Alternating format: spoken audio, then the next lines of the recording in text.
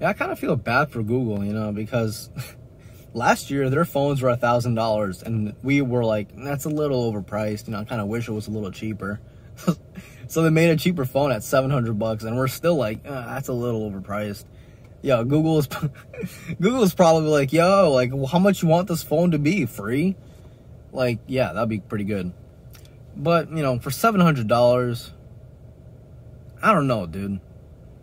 I don't know, man. I don't know. The more I think about it, the more I'm flip-flopping. You know, one day I'm like, yeah, this phone's worth it. The next day I'm like, nah, not really, man. Not really. But then I'm like, but it's a Google product. You get stock Google. But then, come on, man. The front-facing camera can only record 1080p at 30 frames per second. I think I just mislodged my contact lens. Hang on. We're good. Come on, what phone in 2020 that costs $700, bro, can only record 1080p at 30 FPS?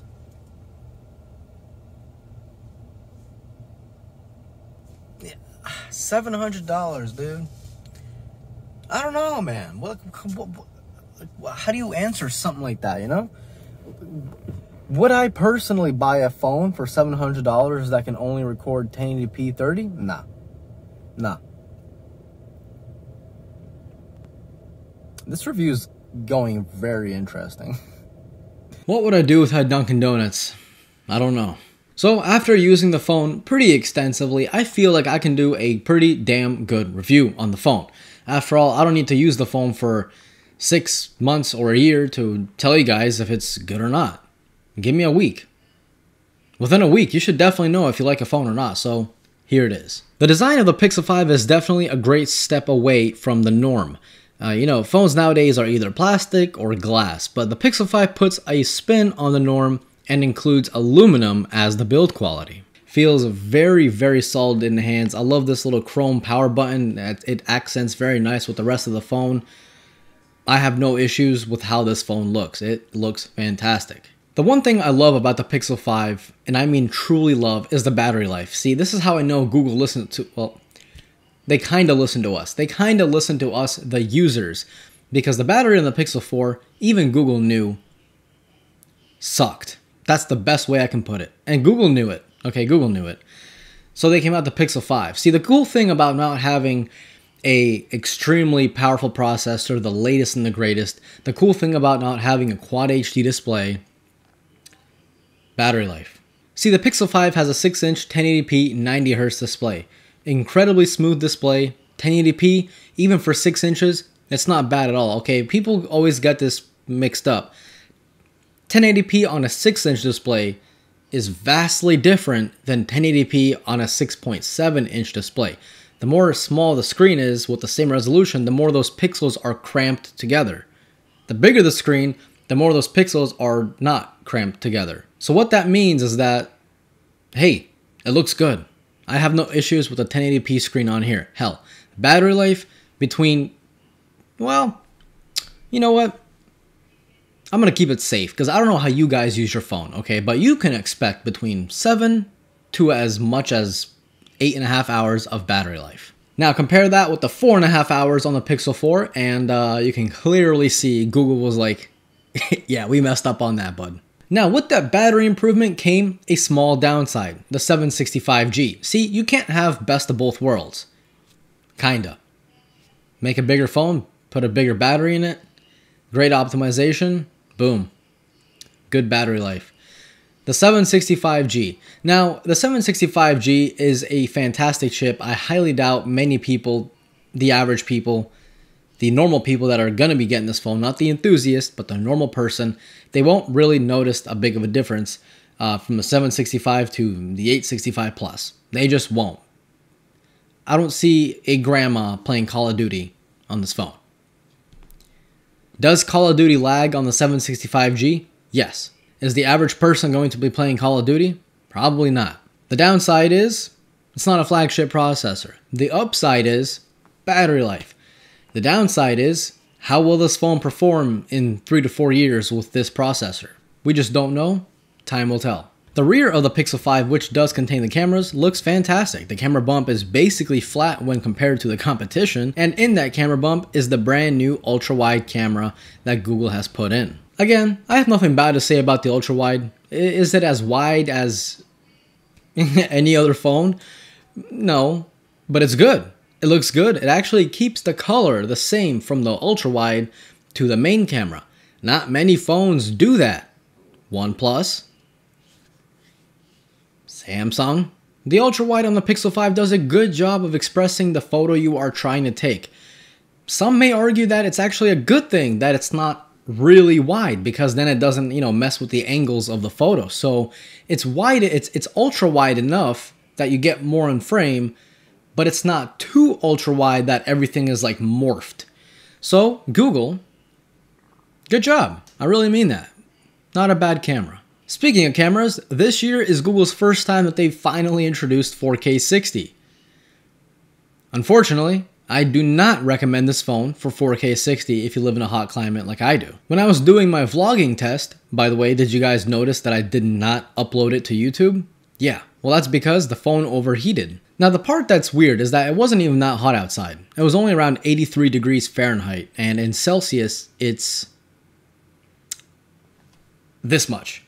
Okay, so it wasn't tremendously hot outside, but the phone overheated multiple times when shooting my 4K 60 vlog with the Pixel 5, so I couldn't use that footage on YouTube, obviously. So just keep that in mind. But whenever it is working, 4K 60 looks beautiful. I mean, it looks truly amazing. I just wish that it didn't overheat. I'm panning and walking while holding the phone in one hand and a bottle of Coke in the other hand because, bro, it is so hot outside Florida. Why, though? Why? Chill out. It's October. Anyway, this is the Active. Let me go ahead and do a little run.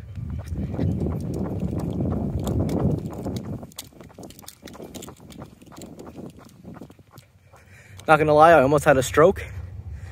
So hopefully that looked good. There's also a new mode called Cinematic Pan. It doesn't record sound, by the way, but sure as heck looks fantastic for your slowed down cinematic shots. One of the new camera features I really liked was a way to manipulate the light on an already taken photo.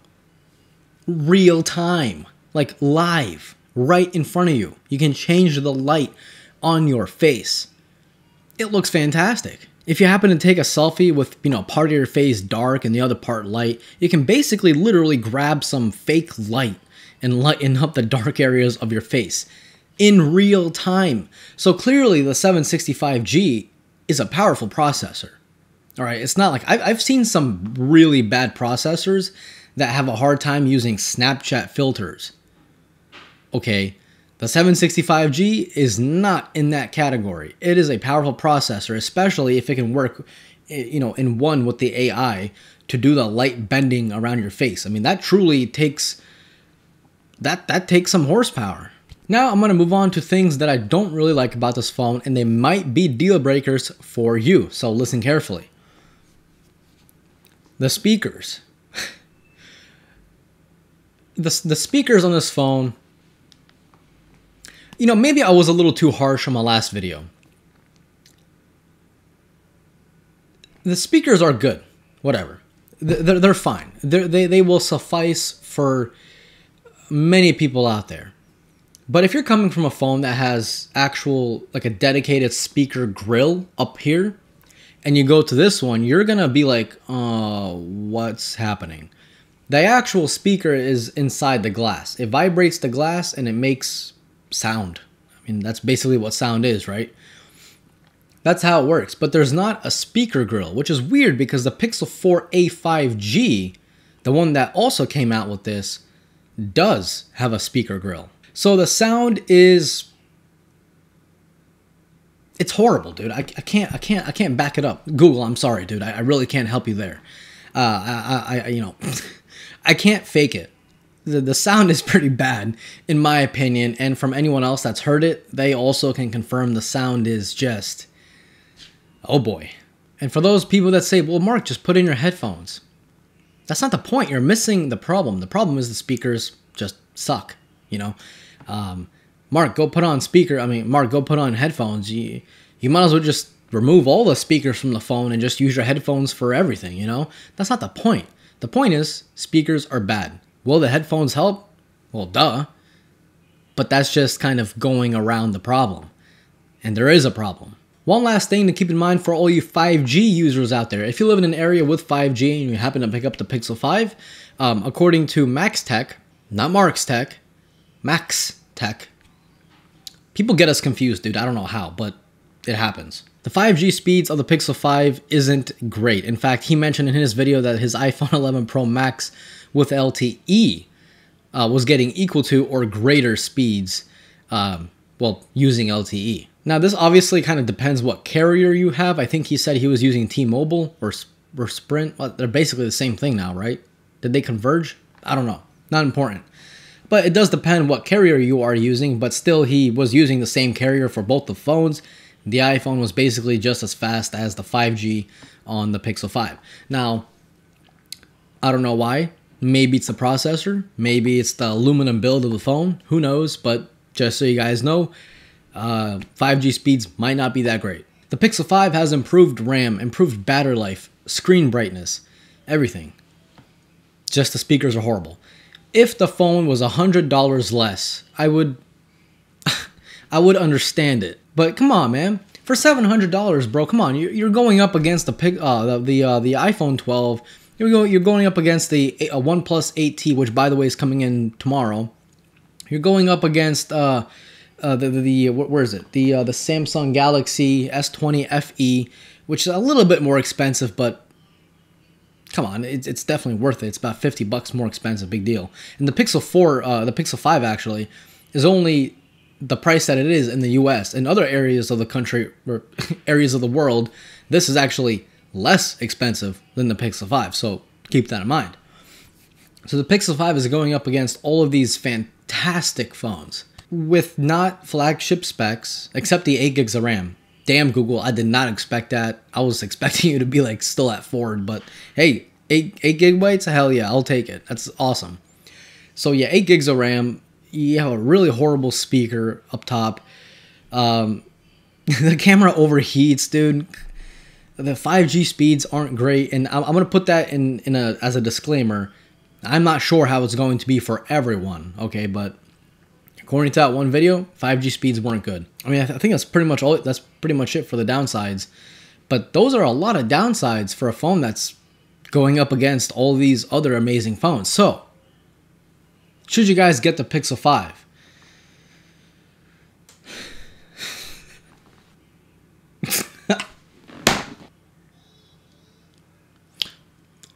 I'm going to give you guys the cop-out answer.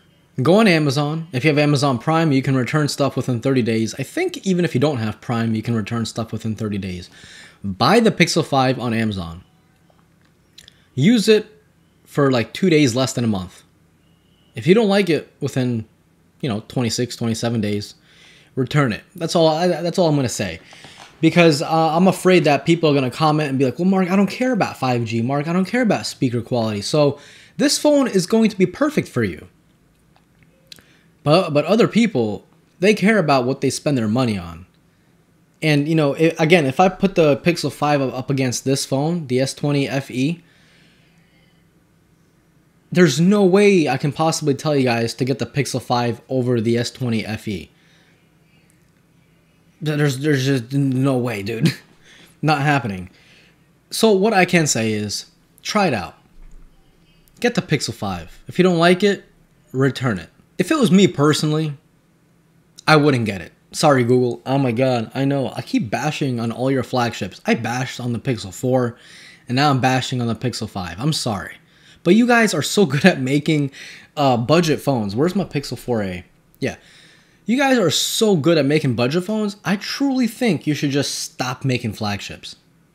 Sorry, but, it's the truth. I've never heard of a company that does their budget phones better than the flagships, man. Try out the Pixel 5. I think you're gonna like it. Maybe you won't. Who knows anymore with Google? I don't know. Leave me a comment down below. This was Mark from Mark's Tech. Have a good one, guys.